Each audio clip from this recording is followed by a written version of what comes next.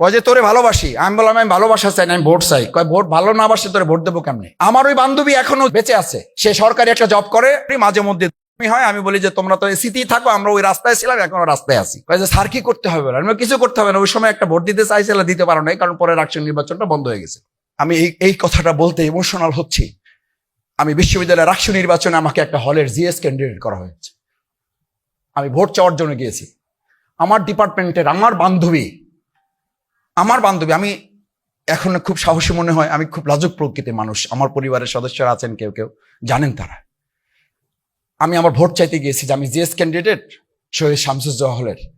তো এরকম নিচের দিকে তাকায় কথা বলতেছি, তো এই তুমি মাসুদ না?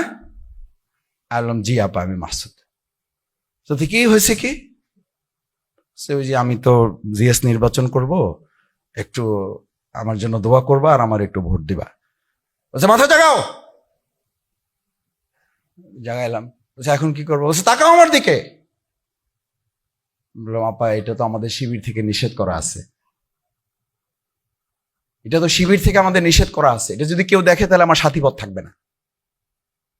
বলছে তাই নাকি? এটা তোমাদের বলা আছে? আমি বললাম জি আপা এটা বলা আছে।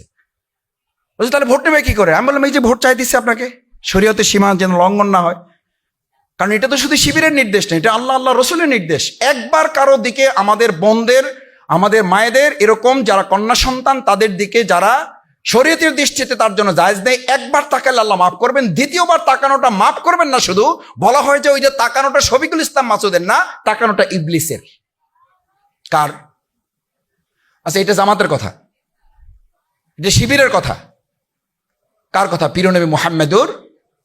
আচ্ছা এইরকম ইবলিস ঢাকায় আছে, পটুয়াখালীতে তো নাই, যে একবার তাকানোর পর দুইবার তাকানোর মতো আল্লাহর ওলি এই সমাজে আর পাওয়া যাবে না। শুধু একবার কোন রকম তাকায় আর চোখ ফিরায় না, কারণ একবার যায়। চোখ ফালাও না কেন? চোখ ফালাই এরপর কি করব? এরপর তো ইবলিস হয়ে যাব। তো একবার যেমন তাকান দিছে, ওর মধ্যে যে ইবলিস ঢুকে গেছে ওই হুঁশ আর তার নাই। আমার অভিভাবক বৃন্দ, আপনাদের কষ্ট বাড়াতে চায় না। বাংলাদেশ ইসলামী ছাত্র শিবিরে ইবলিসপনা থেকে একজন যুবককে বাঁচানোর জন্য আমাকে যখন এই কথা বলেছে, আমি যখন বললাম আপা আমি যদি আপনার দিকে তাকাই আমি আপনার ভোট নেব না, আমি আপনার ইজ্জত নেব, আমার এটা ভিডিও ক্লিপে ভাইরাল কথা আছে। আমি যদি চোখ দিয়ে আপনার দিকে তাকাই, আপনার দৃষ্টির দিকে তাকাই, আপনার চেহারার দিকে তাকাই, আপনার শরীরের দিকে তাকাই, ইসলাম বলছে আমার মধ্যে কুপ্রবৃত্তি আমাকে সব সময় দাবিত করে। এটা একজন পীর সাহেব এটা বললে হবে না, এটা আমরা তো পীরের এলাকার লোক, সব পীর তো আমাদের এলাকা, আলহামদুলিল্লাহ পীরদের প্রতি শ্রদ্ধা রেখে বলছে। আমার এক পীর বলছিল, ওই পীরের নাম বললাম না, বলছে মাসুদ কোন লোক যদি বলে যে কোনো কন্যা কোনো নারী দেখার পরও তার কোনো সেন্স পরিবর্তন হয় না, তাহলে ওর পিছনে নামাজ পড়া হারাম। ওর পিছে আমি বললাম হুজুর এটা কি করলেন?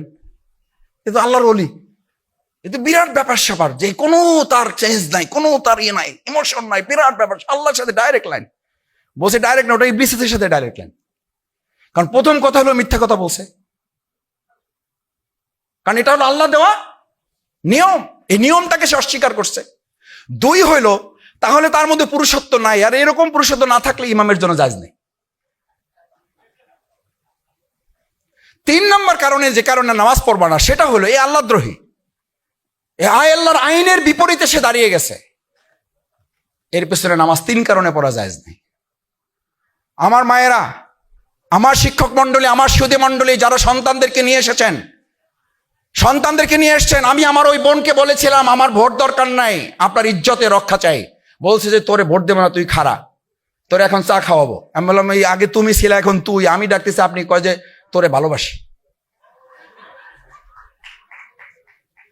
কয় যে তোরে ভালোবাসি। আমি বললাম আমি ভালোবাসা চাই না, আমি ভোট চাই। কয় ভোট ভালো না বাসে তোরে ভোট দেবো কেমনে? আমার ভাইয়েরা, আমার বোনেরা, আমার মায়েরা, হাসার জন্য এটা বলি নাই, একটু যোগ করলাম। বেসিক্যালি আমার ভিডিও পাবেন এটা। আমার ওই বান্ধবী এখনো বেঁচে আছে, সে সরকারি একটা জব করে, আমি এখানে করি, মাঝে মধ্যে দুষ্টমি হয়। আমি বলি যে তোমরা তো এসিতেই থাকো, আমরা ওই রাস্তায় ছিলাম, এখনো রাস্তায় আছি। কয় স্যার কি করতে হবে বলেন?